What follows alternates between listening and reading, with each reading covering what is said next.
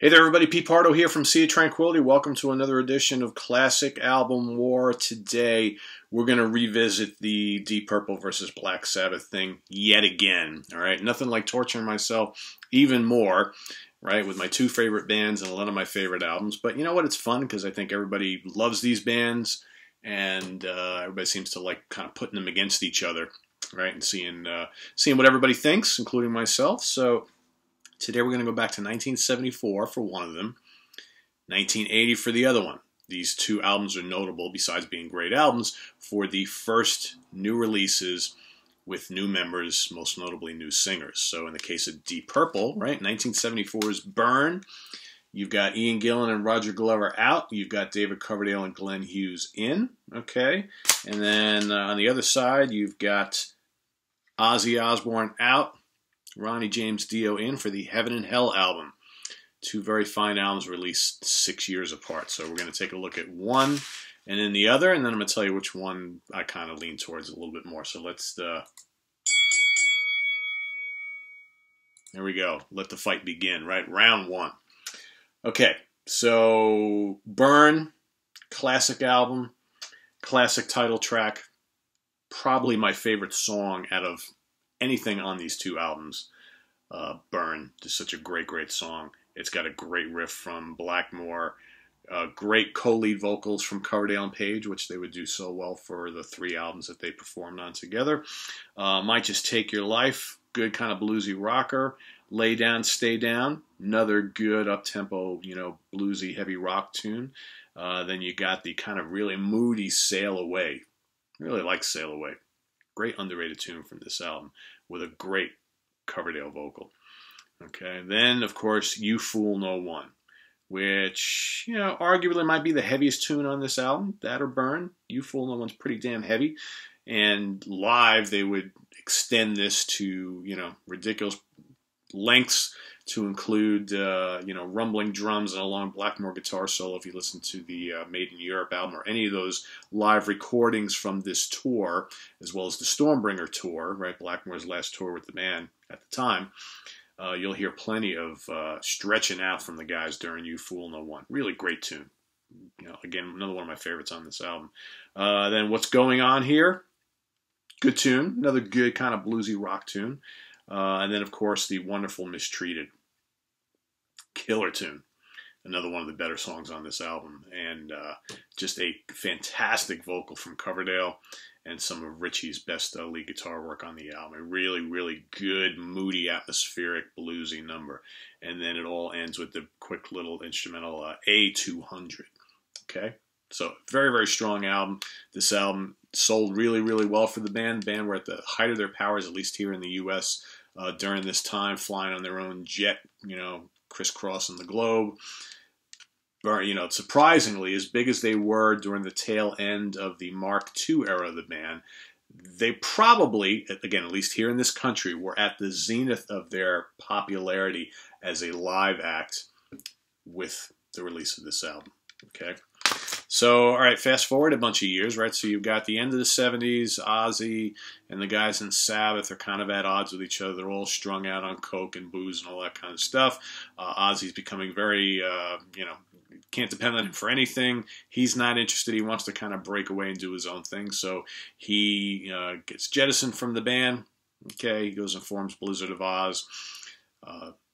Tony winds up meeting up with a guy named Ronnie James Dio, who's fresh out of Rainbow, Ritchie Blackmore's Rainbow. Okay, so interesting to see things that happen in between these two albums, right? A lot of history there.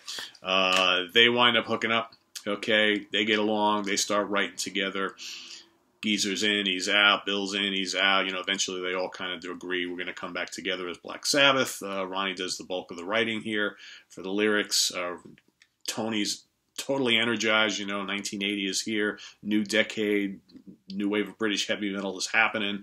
Sabbath are right there doing music that's, you know, very different than what they've done in the past. Obviously, you got a new songwriter in the band, new vocalist, okay, writes a bit differently, but more importantly, the music is faster. It's heavier. Okay, all that kind of stonerish, doomy stuff from all the albums of the 70s, a little different here. This is a pretty up-tempo, heavy, metallic album, all right? What do we got on here? Kicks off with Neon Nights. I mean, what a kick in the teeth that is, right? to start off an album. Heavy, heavy, heavy song. The Wonderful Children of the Sea. Here you see Ronnie's kind of melodic sense of songwriting. Okay? Not that the early Sabbath stuff was not melodic, of course it was, but this is a bit different. Okay? You got Ronnie's excellent vocals. You got the kind of magical, fantasy-tinged lyrics. All right? Children of the Sea, great, great tune. Got acoustic guitar in there, sledgehammer riffing, awesome stuff. Lady Evil. Okay? Up-tempo metal rocker there. The classic title track, Heaven and Hell. Doesn't get much better than that. Another contender for best song from either of these two albums. That's probably my number 2, actually. Heaven and Hell is just amazing, and live it just was, you know. Then you got Wishing Well, another really great tune. Okay, raging riff monster right there. And then the fantastic Die Young. Die Young is terrific. Also another contender for song of the album here. Then you got Walk Away, probably my least favorite tune on this whole album. Okay, but still good. And then the thrilling kind of bluesy Lonely Is the Word. Another fantastic vocal from Ronnie and one of Tony's best lead guitar solos. Not only on the album, but I think if you were to look at, like, and Tony's got a lot of them, but this is just a really good, slow, bluesy guitar solo from Tony that just thrills and thrills and thrills, and it's always been a highlight for me. So 2 go. And production by Martin Birch I do want to add here. And of course, you know, Martin did a lot of work with Purple as an engineer, co-producer, that sort of thing. So that sound, right? That Martin Birch sound. And man, I miss that guy. I wish he was still working with some hard rock and metal bands. But anyway, so what do I think here? All right.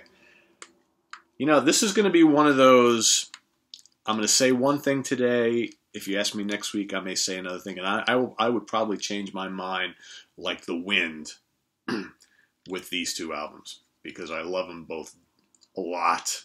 A lot. Let me tell you, this is hard. I actually decided last week that I was going to do this battle, and I've been putting it off and putting it off.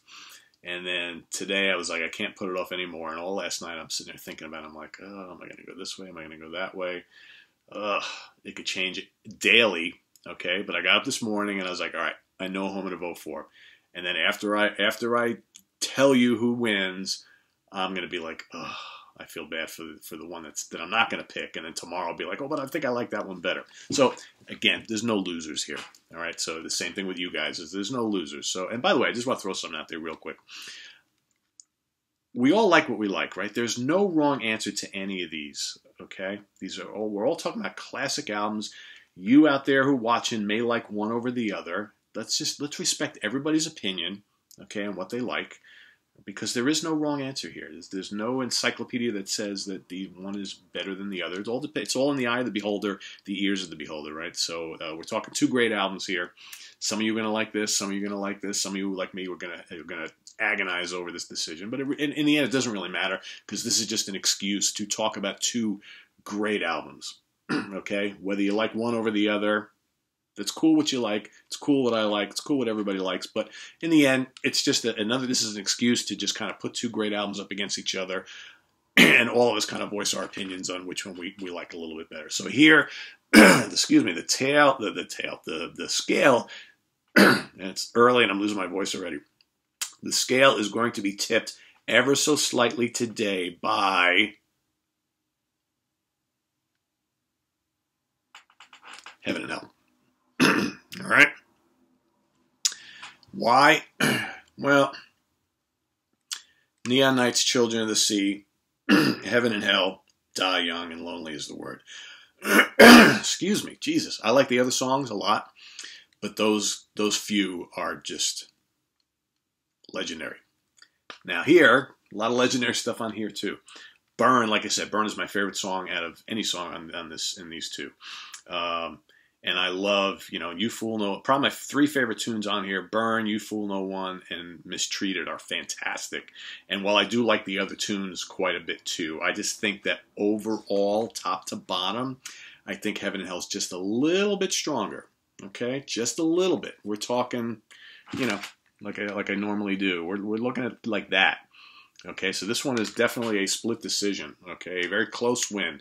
That's going to award an immediate rematch, right? So here's the decision. Heaven and Hell, split decision. 115, 113, 114, 115, 115, 112 over Burn, which put up a great fight. It was a slugfest to the end. Yeah, what more can you say? Two great albums, debuting new singers, both knocked it out of the park. One for me slightly edges the other, but that's not to take anything away from this one. So there's your winner, Deep Purple, Heaven and Hell. Visit us on the web at www.seaoftranquility.org. We're on Facebook, we're on Twitter, of course, we're here on YouTube often. Go on our Facebook page today.